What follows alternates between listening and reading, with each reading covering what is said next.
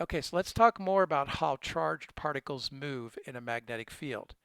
So a charged particle in an electric field is attracted to the opposite charge. So if I have this positive charge that comes in here, it's going to move in the direction of the electric field. There's going to be a force that's in the same direction as an electric field. If this was a magnetic field though, notice that the force is perpendicular to the field. So if a charged particle moves into a magnetic field, it doesn't actually accelerate towards one of the ends. It accelerates into a circle, right? It'll accelerate in a circular motion instead. So because of that, so here it is an electric particle, and here's a magnetic field. So electric field, magnetic field. It's a different curvature because the force is at 90 degrees. So now because of that, it's actually doing no work. If the object does not move in relation to the field, remember back with electric fields, if you accelerated or moved an object along an electric field, because path doesn't matter, it's a conservative force, you have to move it along the field in order to do work. A magnetic field actually doesn't do work on a charged particle because it doesn't move in relation to the field. If this rectangle here represents a equipotential surface, it's moving along that surface, so no work is done. A little bonus there. Let's look at a conceptual example. A velocity selector is a device for measuring the velocity of a charged particle. The device operates by applying electric and magnetic forces to the particle in such a way that these forces balance. How should an electric field be applied so that the force it applies to the particle can balance the magnetic force? Okay, so let's look at this. Here is a charged particle, and it's moving into a magnetic field. And X means that the magnetic field is going into the paper. So I have a magnetic field going into the paper, so I'm putting my right hand into the screen, and my thumb, for me, I don't know if the video is reversing it for you, but my thumb is in the direction of the velocity. The force that this particle is going to experience is going to be up. So the magnetic field is creating an upward force. So what I need, what this question is asking is, how do I put an electric field in here so that I will get a downward force? So the first part of this problem is figuring out what direction the magnetic field is going to apply a force. And that direction by the right-hand rule number 1 is going to be up. Now if I look at this, how do I form, if it's a positive particle and I want there to be an electrical force going down, I need it to go with the magnetic field. So if you look, the electric field, the positive will be at the top, the negative will be at the bottom, and that will curve this particle towards the bottom. So if I want to move a charged particle through this magnetic field, I need an electric field going downward, and that will create a downward force, and that downward force will counteract the upward force that the magnetic field was creating, and the particle will pass straight through. Sink that in before we move on. So once again, electrical forces can do work on a charged particle. Magnetic forces cannot do work on a charged particle because it's moving along the equipotential surface. The magnetic force always remains perpendicular to the velocity and is directed towards the center of a circular path. Notice how it creates a circle, and it's always aimed towards that center of the circle. It's curving it. And a force that causes a curvature is called, and if it forms a circle, if it's a constant force, we call that a centripetal force.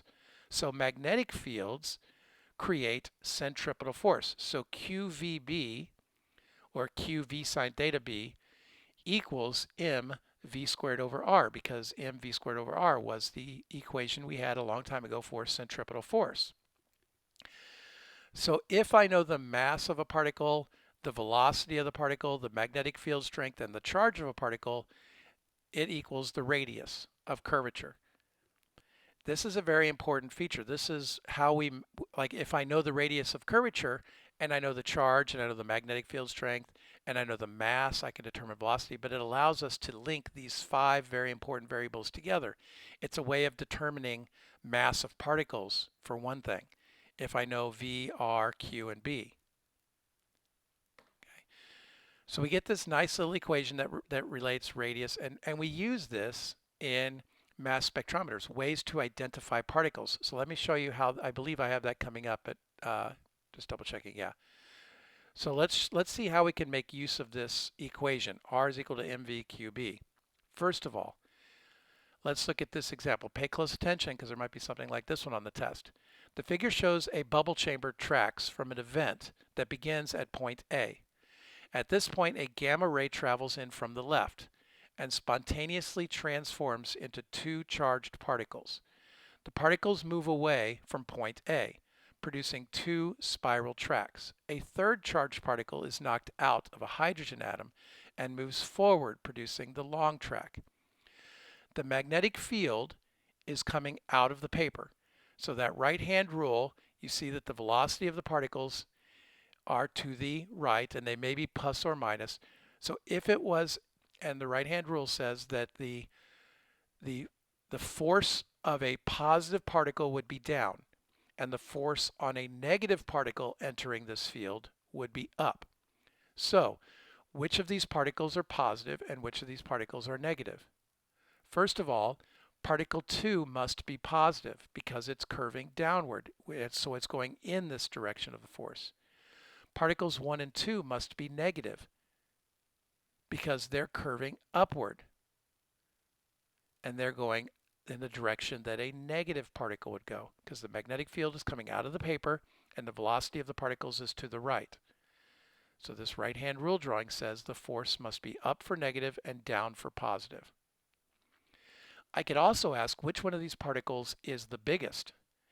And if you look at this, the radius of curvature is equivalent to mass and velocity. So if it's going faster, it'll have a bigger radius, and if it's more massive, it'll have a bigger radius. But all of these particles entered together, so they all had the same velocity. But particle 3 has this huge radius. So therefore, particle 3 must be the largest of these particles, and particle 1 with the smallest curvature, or smallest radius of curvature, must be the smallest particle. Small particle, medium particle, big particle. Let's look at another way of using this equation linking centripetal force to magnetic fields, and that's a mass spectrometer. I'm not going to go through all the math, but I want you to understand that the mass of a particle is equal to ER squared over 2 times the volts times the magnetic field strength squared. So when a particle from an ion source enters a mass spectrometer, all of the particles are basically broken into their components and they move around and they hit detectors. And the radius of curvature is dependent upon the mass. So a different mass will have a different radius of curvature. Like we were just saying, different masses have different radius of curvatures. So I can take advantage of that fact. And if I have multiple particles, like this example, I can determine which one will have a greater or a smaller radius, or what the radiuses will be, or different things about them. So let's look at this example. A mass spectrometer is used to separate two isotopes of uranium with masses M1 and M2, where M2 is bigger than M1. So M2 should have, since it has a bigger mass, it should have a bigger radius of curvature. The two types of uranium atoms exit an ion source S with the same charge of positive E. So their charge is the same, and they accelerated through the same potential difference V. The charged atoms then enter a constant uniform magnetic field, B, as shown. So that's kind of our drawing here. And the magnetic field is coming out of the paper. If R1, so if radius 1, if this R1 is 0.6049 meters and R2 is 0.6091 meters, what is the value of the difference of their mass? How much more massive is one particle than the other? Kind of a way, if I know one of their masses, I then know the other mass because I know the ratio of their masses. I can determine the ratio of their masses by the ratio of their radii.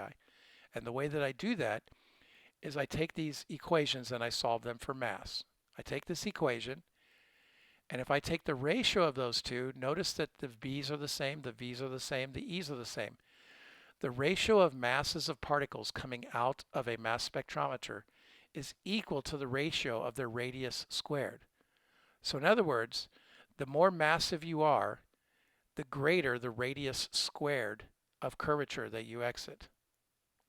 And we can use this principle to determine what particles are, because all of these values have now been mapped and I know what the radius of curvature is for every particle of every mass, and I can use that to figure out what something is composed of based upon how many particles hit. And the more particles that hit at a given radius, the more of those particles were present in the original compound.